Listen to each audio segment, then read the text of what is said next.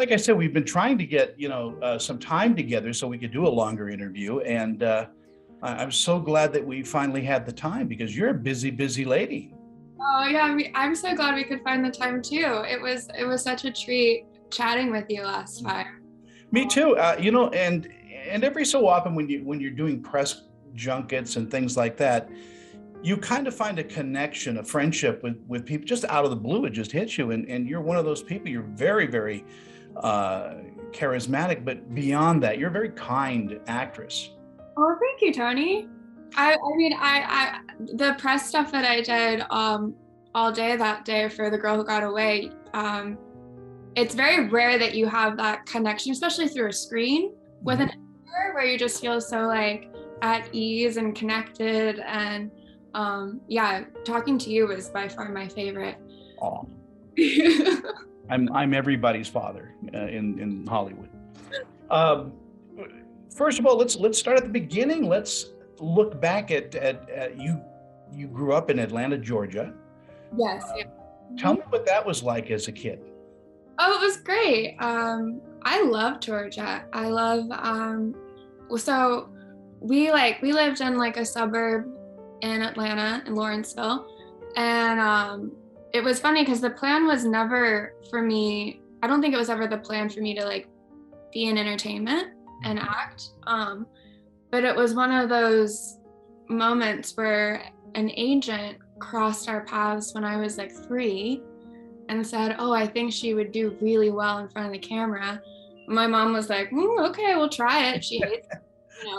We'll see." And I loved it. So. Well, I'm sure you did. I'm sure that the camera loved you. Did you become a model at that point? Yeah, so I ended up signing with Wilhelmina on my 4th birthday, and then I would work every summer as a kid in New York City doing print and commercials. That's got to be a very, very interesting life when you're young and you're in a different city. Obviously, one of your parents went with you. I mean, I'm sure you had supervision. Yeah, for sure. Yeah, my mom would always be with me, and yeah, we just trotted around New York City, and I worked a lot, and it was great. And there's a lot of nostalgia for me in New York City, and yeah, it was good. My mom is a really fun, spontaneous, fearless woman. So she was really brave, and she's like, "Yeah, we're gonna live in New York for a couple months." And yeah. Well, I mean, she knew that you had it, whatever it is. I guess so. to do that. But are your memories really pleasant of modeling? Because I know a lot of young women don't survive that life. It can be terrible.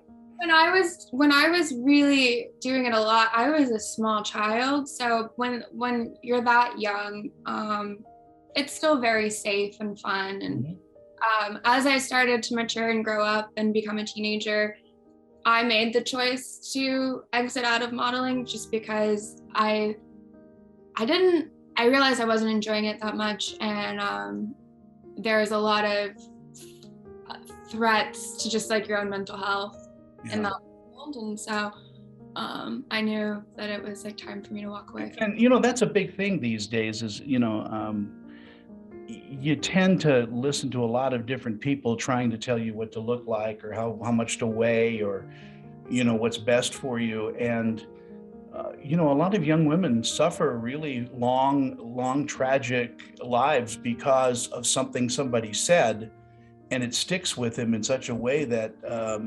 it creates a divot in their lives. Mm-hmm.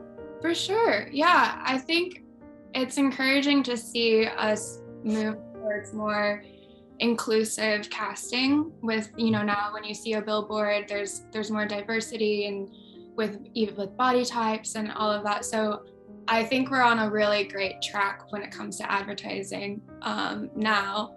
But yeah, definitely when I was a teenager, it was culturally more acceptable to like tear people down in a devastating way. So thank God we've moved beyond that. I had my share of that, and someday I'll tell you some stories. Was the Sugar Creek Gang the first thing that you did professionally? Yes, as far as acting, yes. Yeah, that was it's a great kids series. We shot that in Georgia, actually. And I was 11 turning 12 when I did that. That's an education for a young person to be on a set like that, a professional set. And you've got, you're catering and you've got people buzzing around all the time, but you're learning all kinds of things on a set. For sure. I think that's when I really fell in love with camera work. Mm-hmm. Watching the camera operator and the director, everyone collaborate. That's when that seed was planted of, man, I would really love to do more stuff on the production side as well. But yeah, it's like being on set. There's nothing like being on set. And I think it's just very magical to see how it all comes together. Well, and I think there's a family feeling and a kindness that is very prevalent on motion picture and television sets, that I don't think people really realize how hard the crew works, and they're there maybe hours before you are, and they seem to love each other. They seem to love what they do. Right. You especially when it's like more of a, well, I think it's true on all productions. There's no one there that isn't just absolutely obsessed and like with movies and want to be there and, live and breathe it. Because it is such a demand, like such crazy work hours, and you have to think on your feet and problem solve, especially with the crew, whether you're like wardrobe or props or whatever. Everyone's like so willing to sacrifice time away from their family and sleep and all kinds of things to see it all come together. And that family and that collaborative effort is one of my favorite things about filmmaking.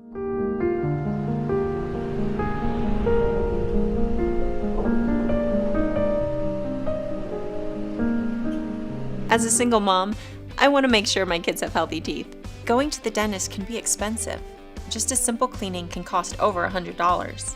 Then I found TDA, and for about $1 a day, Total Dental Administrators covers my family on over 200 dental procedures. Whether you're an individual, a family, self-employed, or retired, your acceptance is guaranteed for one of these policies. Call or click for your free information kit and see how affordable dental health can be.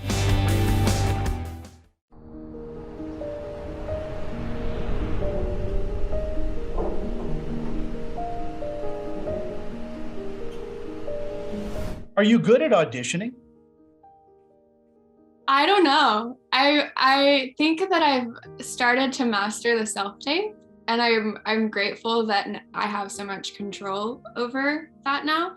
I think I'm a lot better on set than I am in an audition, though. A lot of actresses feel that way, that they actually they feel impeded by the audition process, and especially the modern audition process we have, where you're in your bathroom, and you got a little camera and you're just trying to do this scene. I don't know how casting directors work anymore. Yeah, I know. We're doing all the work for them. Yeah. It used to be you'd have a table and somebody would say, okay, well, I want you to reread that, but do it with a little more awe or this or that, and you take some direction, but you can't do that on right. a tape. Because I do think that is one of my strengths, is taking direction and listening and stuff like that. So when you're not able to showcase that in relationship to a casting director, you just have to trust that, your instinct or take on it might be in alignment with what they're looking for. When you're preparing for a role, let's say you've got the audition and you nailed it, which you do. But when you're working on a role, do you listen to a mixtape? Do you put something together to kind of create the character from the ground up? Yeah, music influences me a lot.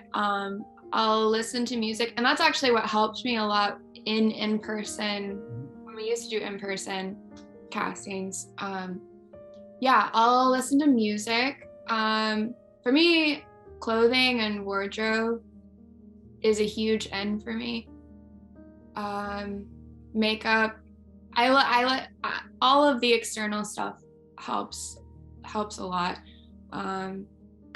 But there is something really great about music that, especially like for the in-person stuff, that I had some songs that would just pump me up so much. Well, I would think that you being a musician, you know, a singer and the other things that you do, you probably don't do them as professionally as acting, but would inform your character. I mean, cadence and rhythm are all part of building a character. Oh yeah, well, and I think about body and like how that feels in the body, and rhythm for sure. That's a huge thing in polishing an audition, because whether it's like for network TV or it's a film, affects like the pacing and the rhythm of it. If it's like Aaron Sorkin, you know that's got to sound a certain way. And so yeah, there's a lot. It's crazy because there's a lot you have to think about, and you have to prepare it all, and then you have to switch off that part of your brain that's thinking about all those things when you're in it, so that then you can just exist and be honest and it be real. Who's the greatest influence in your acting life?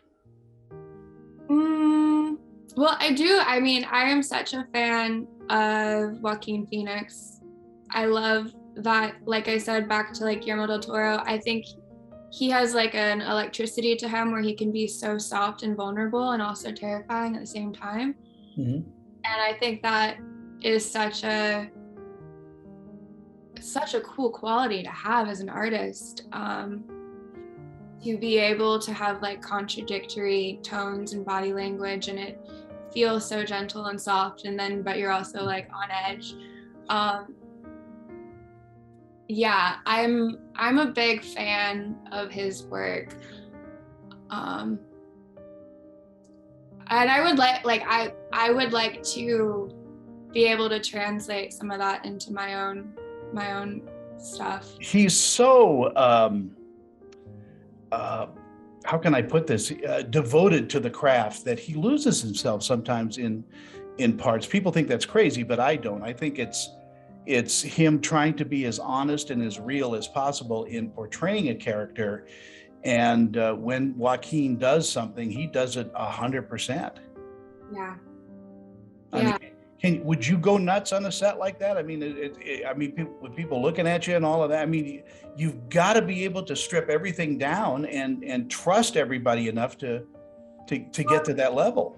I think so. It's interesting in that, like, going back to the family element of, your crew members and all of that, I do have certain boundaries as an artist, and that there isn't anything that I would subject anybody to, like off camera or on camera, that would like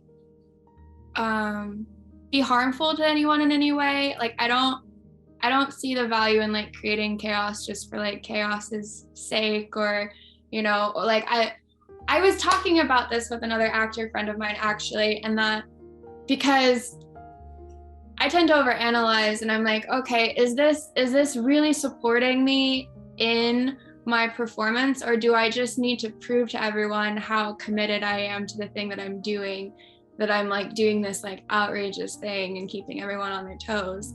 And no disrespect to people, like artists that do that, like if it's like that's what supports them, and Yeah, but I think when you do it from the heart, I mean, Daniel Day-Lewis is one of the heroes, and when you're Daniel Day-Lewis, you can get away with it, I think. But when you're, Toby, the guy that used to, bring me coffee, and now he's an actor, you can't hold up a production. You have to balance all of that, I think, with how devoted you are to a certain part. Right. And I think I can go as far as I want to go on an internal level. I just wouldn't want it to be a disruption for anybody else that I was working with.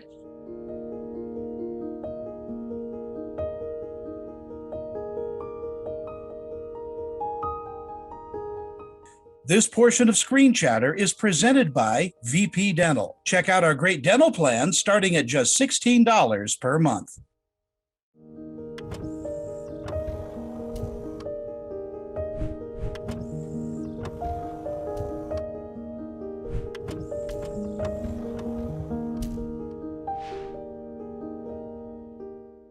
You remind me very much of Lucy as she started her career, because Lucy was this beautiful, she was a pinup girl. She was a Goldwyn girl, and then decided to find herself by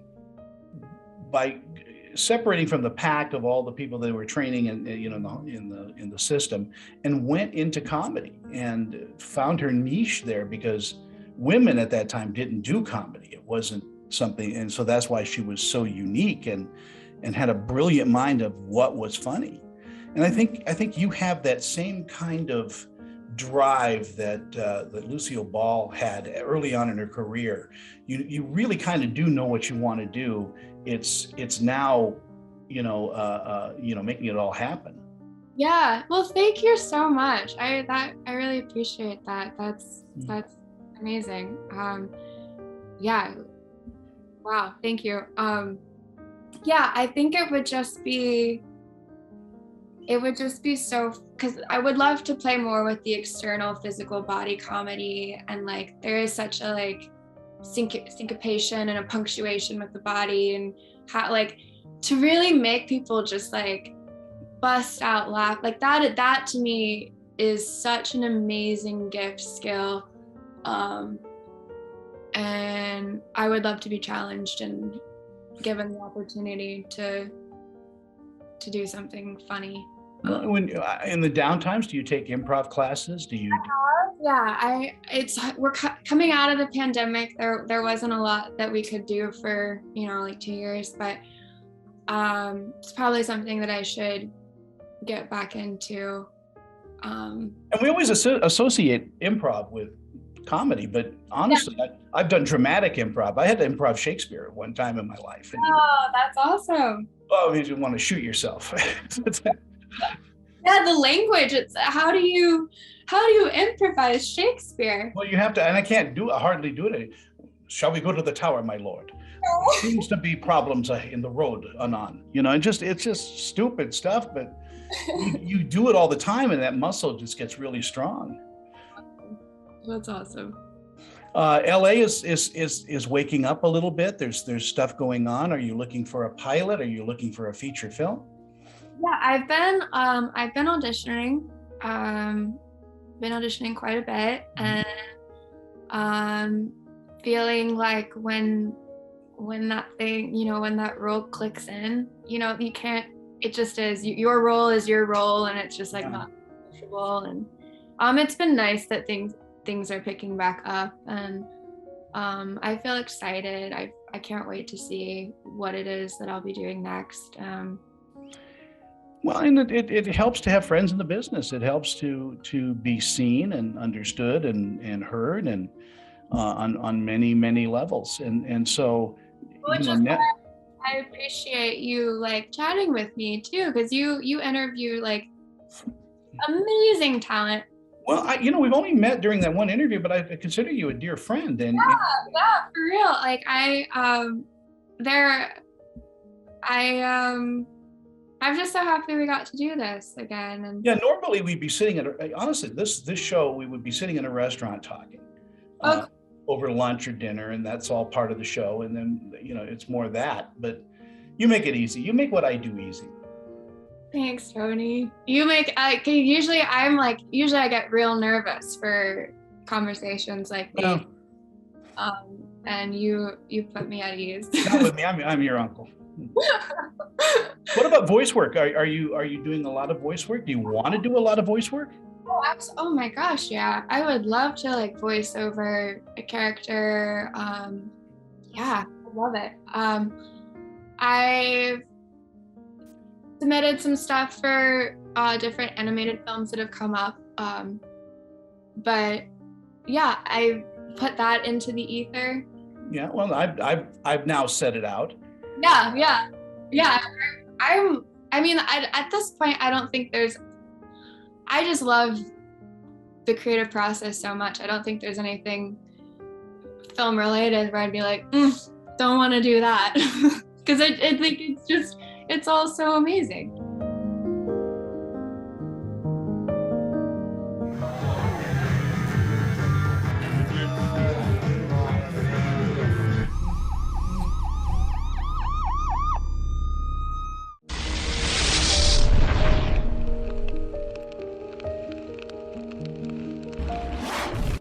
Lexi, it is such a great gift that you've given me just to talk with you and hang with you for a little bit. If I find myself ever in your neighborhood, I'll text you and say, hey, let's go to get some breakfast or something. I would love that. I would love that. It is such a joy to talk to you. That's my joy face. Yeah, no, like I walk away just feeling so lit up.